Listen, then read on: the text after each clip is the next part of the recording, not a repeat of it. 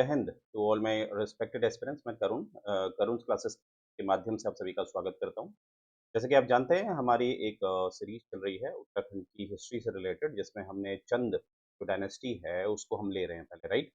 तो already 7 videos आ चुके हैं, तो आप उनको पहले देख लीजिएगा। ये 8वां है, राइट? तो आइए हम चर्चा कर रहे थे about the Akbar and Rudrachand. जैसा कि हमें पता है कि अकबर और रुद्रचंद एक ही साथ काम कर रहे हैं, मतलब एक ही समय पे हैं, राइट? और दोनों में ही समानता हमने देखी है कि दोनों को ही फाल्कनरी का बहुत शौक है। और फाल्कनरी क्या होता है, यहाँ पर आप देख पा रहे होंगे अपनी स्लाइड में कि एक तरह से आप इसको बाज कह सकते हैं। तो बाज के साथ इसमें खेला जाता है और हम सभी जानते हैं कि बाज एक अच्छा शिकारी भी है, राइट? तो ये इसका शिकार करने वाली जो क्रिया है, उस समय के जो राजा थे, उनके लिए ये मनोरंजन का कार्य करता था, राइट? तो आइए आगे देखते हैं हमें क्या-क्या मिलता है। तो यहाँ पर हम देखेंगे कि अकबर जो है वो काफ़ी शौकीन है हंटिंग करने में और आउटडोर स्पोर्ट्स में। कि अकबर का ये मानना था कि जब हम आउटडोर स्पोर्ट्स करते हैं या हंटिंग करते हैं, तो उससे क्या होता है, हमारा जो फिज़िकल स्ट्रेंथ है वो बढ़ता है, मोटापा नहीं आता है। इसलिए अकबर क्या करता था, जब भी वो हंटिंग में जाता था, तो वो अपने साथ अपने सैनिकों को भी ले जाता था, जिससे कि जब युद्ध नहीं हो रहा है, तो उसके सैनिक क्या रहें, एक्टिव रहें, फिज़िकली फिट रहें, राइट? और यहाँ पर हम देखेंगे, इसीलिए उसने एक हंटिंग डिपार्टमेंट भी बनाया था अकबर ने, ये बात याद रखिएगा। और ये बहुत इम्पोर्टेंट है। और याद रखिएगा कि जो शिकार खाना है, शिकार खाना, ये एक हंटिंग डिपार्टमेंट है, जो किसके द्वारा बनाया गया है? अकबर के द्वारा। और इसमें जो ऑफ़िसर जो एक इसका जो एक ऑफ़िसर होता था इस डिपार्टमेंट से संबंधित शिकार-ए खाना, वो कौन होता था? मीर शिकार, ठीक है? तो याद रखिएगा, मीर शिकार किस विभाग से संबंधित है? ये है आपके शिकार खाना विभाग से। और ये किसकी सोच थी? ये अकबर की सोच थी, राइट? आगे देखते हैं कि अकबर जो है कहीं न कहीं, जैसे कि मैंने बताया था ये वाली स्लाइड में, ये वाला पॉइंट आपको दिखेगा, जैसे मैंने ऑलरेडी बताया था कि वो ज़्यादातर हंटिंग और आउटडोर स्पोर्ट्स में इसलिए ज़्यादा पार्टिसिपेट करता था कि उसके सोल्जर्स क्या रहें, फिट रहें और अपना भी फिट रहे और उसके सोल्जर्स भी फिट रहें। तो ये बात मैं ऑलरेडी बता चुका हूँ। और आगे देखिए, राजा रुद्रचंद, कहीं न कहीं अकबर और राजा रुद्रचंद में हमें समानता मिलती है। ऑलरेडी डिस्कशन कर चुके हैं, राइट? तो कहीं न कहीं राजा रुद्रचंद जो हैं, वो भी कहीं न कहीं रिकमेंड करते हैं कि जो हंटिंग है, वो कहीं न कहीं जो एक रॉयल पास टाइम होता है, जो रॉयल लोग होते हैं ना, जैसे राजा, इस तरह के लोग, उनका जो खाली समय होता है, तो उसके लिए सबसे अच्छा जो क्रिया है, वो यही है हंटिंग। और ऐसे इस तरह के जो आउटडोर स्पोर्ट्स हैं, उसमें लोग भाग ले सकें, राइट? आगे देखते हैं, आगे हमें क्या मिलता है। यहाँ पर देखेंगे, जो राजा रुद्रचंद है, वो खुद इस बात से एग्री करते हैं कि कहीं न कहीं जो सैनिक होते हैं या जो अ अ, राजा-महाराजा हैं, जो हंटिंग का शौक रखते हैं, आउटडोर स्पोर्ट्स का शौक रखते हैं, तो फिज़िकली फिट दिखते हैं। तो इस तरह से आप देख रहे होंगे, इस तरह से एक पिक्चर मैंने डाली है, जिससे कि आप इसको रिलेट कर पाएँ, राइट? तो ये क्षत्रियों के लिए बहुत ज़रूरी है, क्योंकि आप जानते ही हैं, वर्ण प्रथा हुआ करती थी उस समय।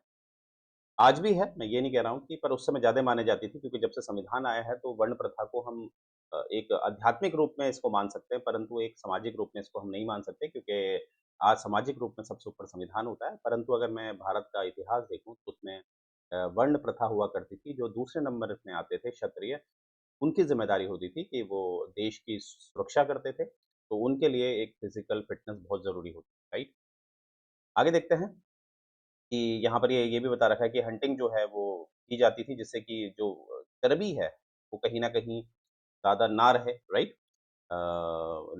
जो हॉर्स राइडिंग कर रहा है, राइट? उसमें चर्बी ना रहे और इवन जो घोड़े होते हैं, वो भी एक्टिव रहते हैं। उन कोई भी इस तरह से घोड़े जो हैं, वो भी फिटनेस की तरफ रहे, राइट? तो इस तरह से ये बताया गया है। अब आगे देखते हैं कि जो रुद्रचंद है, वो भी ऑलरेडी हमने देखा है कि रुद्रचंद भी कहीं न कहीं जो हंटिंग है, शिकार है, उसको कहीं न कहीं सपोर्ट करते हैं। और कहीं न कहीं रुद्रचंद उस इस शिकार करने का जो क्रिया है, उसको कहीं न कहीं एक धर्म से भी जोड़ते हैं, राइट? और यहाँ पर आप देख पा रहे होंगे कि इस बात से ये जो हमें पता कैसे चलता है कि रुद्रचंद शिकार को धर्म से जोड़ते हैं। तो इसमें जो हमारे रिसर्चर हैं प्रख्यात, डॉक्टर मोहन चंद, वो इस बारे में बताते हैं। तो इसमें ये बताया गया है कि किस तरह से जो हमारा प्री हिस्टोरिक टाइम है, उसमें हमें ये दिखा रखा है कि जो हंटिंग है और जो स्लॉटर ऑफ एनिमल है, वो कहीं न कहीं एक अ, धार्मिक क्रिया है। कैसे? जैसे कि अगर मैं बात करूँ हमारे शास्त्रों की, तो उसमें शास्त्रों में भी लिखा हुआ है कि सैक्रिफाइस करने की, एनिमल सैक्रिफाइस, यानी कि जो जानवर है, उनके बलि देने की बात की गई है, जिससे कि जो देवी-देवता हैं, वो खुश होते हैं। तो इस तरह से हमें दिखाया गया है कि जो हंटिंग है उसको कहीं न कहीं धार्मिक रूप दिया गया है, राइट? आगे देखते हैं, यहाँ पर आप देख रहे होंगे ये लॉर्ड शिवा हैं, जैसे कि माफ़ कीजिएगा। जैसे कि आप जानते ही हैं कि जो अगर मैं आपको बताऊँ कि वैदिक काल की बात आपको बताऊँ, जैसे कि हम सभी जानते हैं जो वैदिक काल है, वो माना जाता है 1500 से लगभग 600 का। और उससे पहले हम जानते ही हैं, हम हड़प्पा पढ़ते हैं, भारत में हम हड़प्पा पढ़ते हैं। तो हड़प्पा का जो कार्य माफ़ कीजिएगा, काल माना जाता है, वो 2500 से 1500 के आसपास का माना जाता है।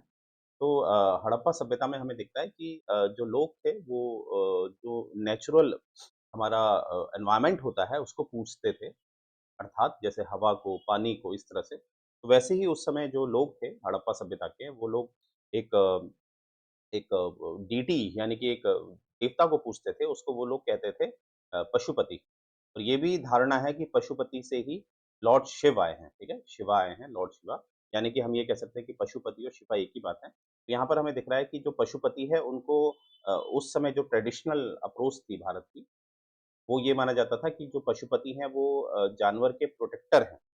तो आप सोचेंगे कि जानवर के अगर ये प्रोटेक्टर हैं, तो फिर ये जानवर को थोड़ा मारेंगे? देखिए, ऐसा है जानवर का प्रोटेक्टर होना मतलब क्योंकि एक जानवर दूसरे जानवर को मारता है, आप जंगल राज समझते ही हैं।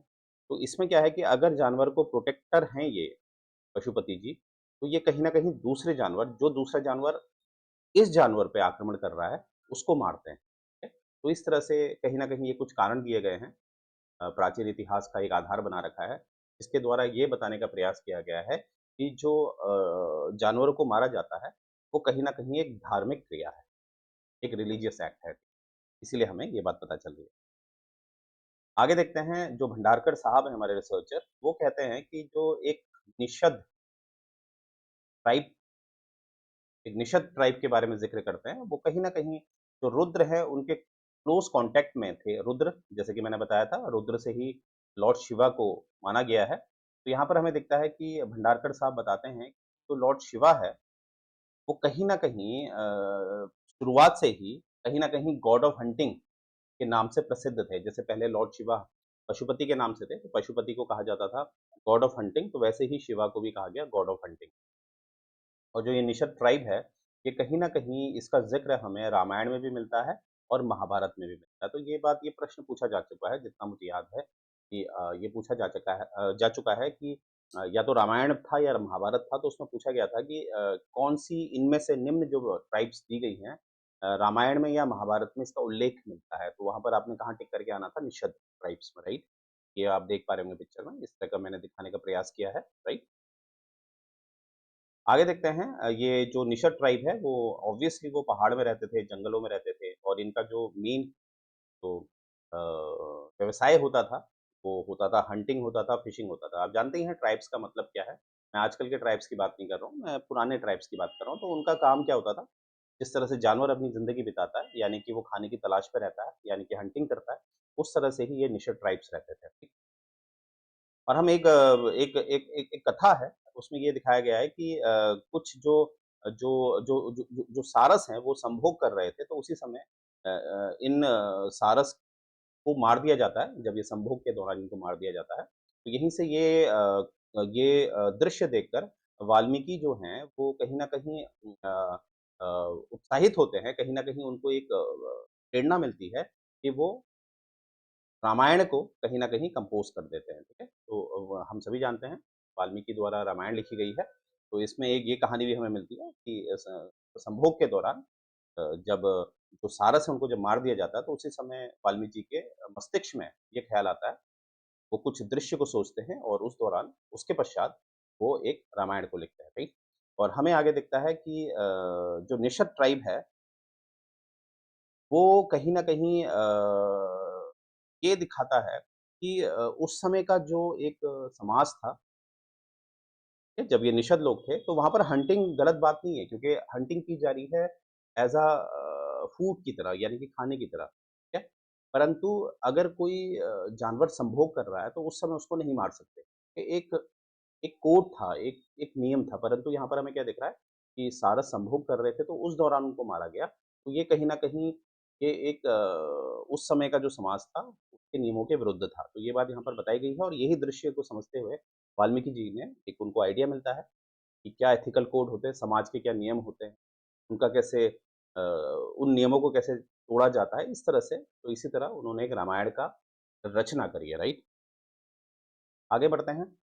वहीं पर हमें एकलव्य के बारे में स्टोरी मिलती है। आप सभी जानते हैं एकलव्य जो है, तो आप जानते ही हैं द्रोणाचार्य ने उनका अंगूठा माँग लिया था गुरु दक्षिणा में, क्योंकि द्रोणाचार्य ये अच्छी तरह जानते थे कि एकलव्य जो है वो अर्जुन से भी बड़े धनुर्धारी हैं। तो अगर एकलव्य अपनी धनुर्विद्या करते रहे, उसकी जो वो प्रयत्न कर रहे थे, प्रैक्टिस कर रहे थे, तो आगे चल के ये होता कि वो अर्जुन से आगे निकलते। तो इसलिए द्रोणाचार्य ने यहाँ पर एक कूटनीति का इस्तेमाल किया, तो उन्होंने कहीं न कहीं एकलव्य से उसका अंगूठा माँगा। अब अंगूठा जो बाण चलाने में अंगूठे का काफ़ी महत्व होता है, तो अंगूठा माँगा, तो उसके पश्चात हमें क्या दिखता है कि जो एकलव्य है, अब वो जो कहानी है उसमें हमें नहीं दिखते हैं और इसीलिए हमें ये पता चलता है कि महान धनुर्धारी अपने समय के अर्जुन थे, ठीक?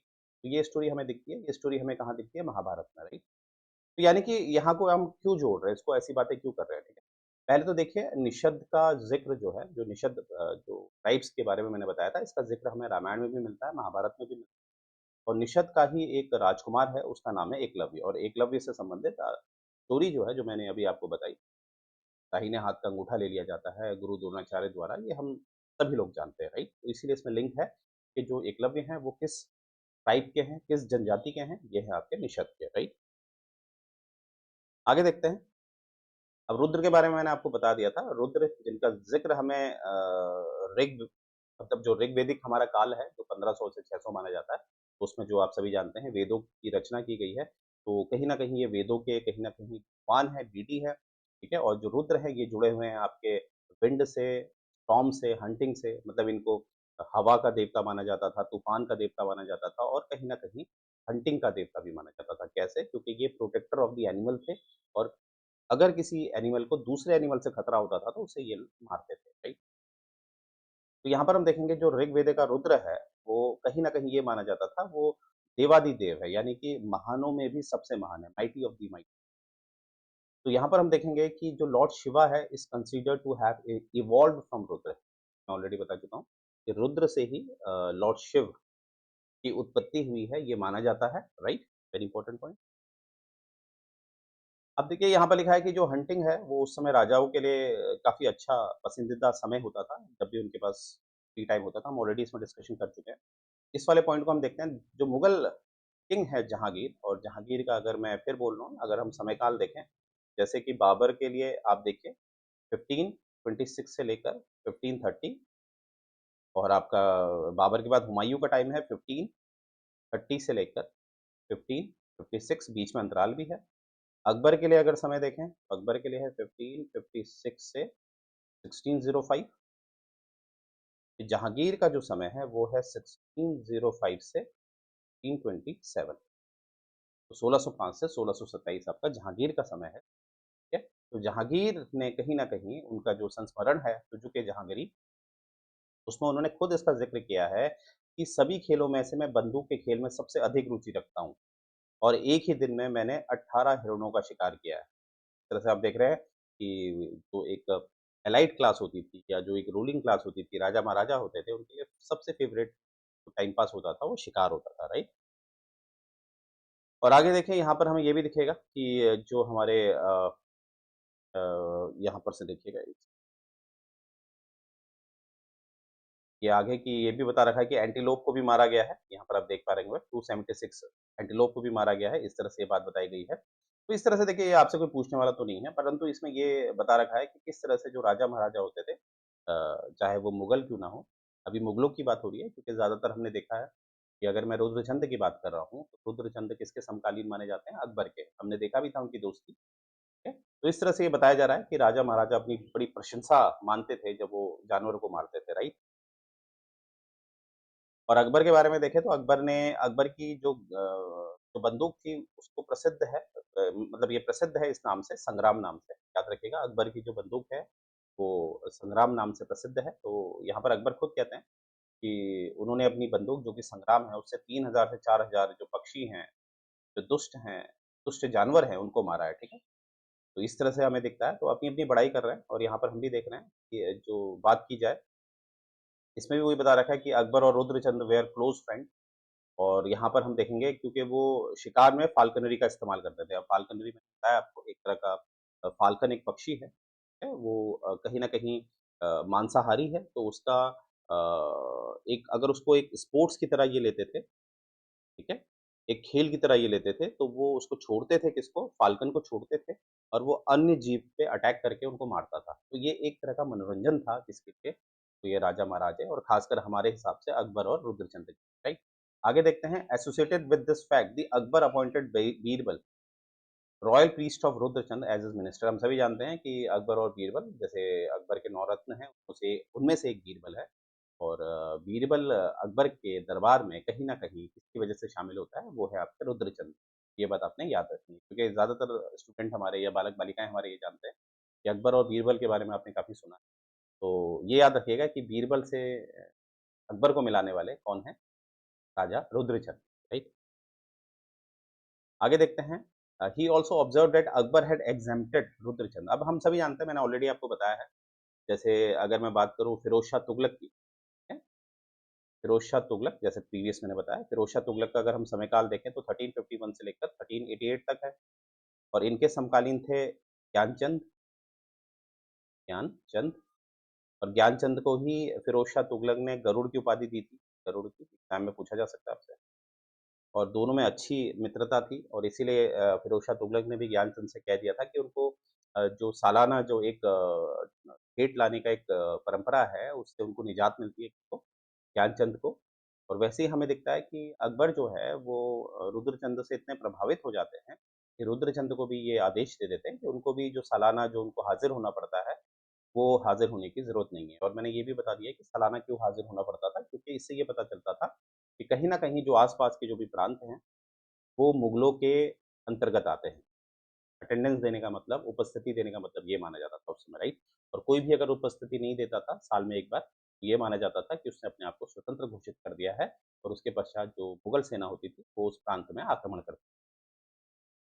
आगे देखते हैं कि रुद्रचंद जो है, who was a skilled hunter, was also a best scholar of his time in फाल्कनरी।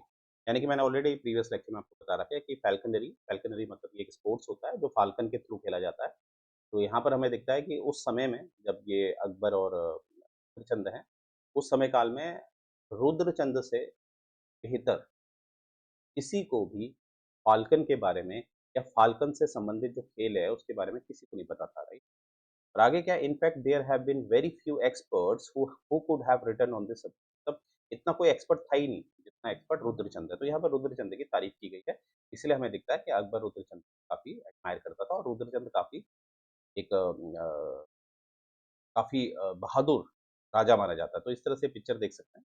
कहीं न कहीं ये हमें दिखता है रुद्रचंद का एक पर्सनैलिटी हमें इस पिक्चर में हमें दिखती है, राइट?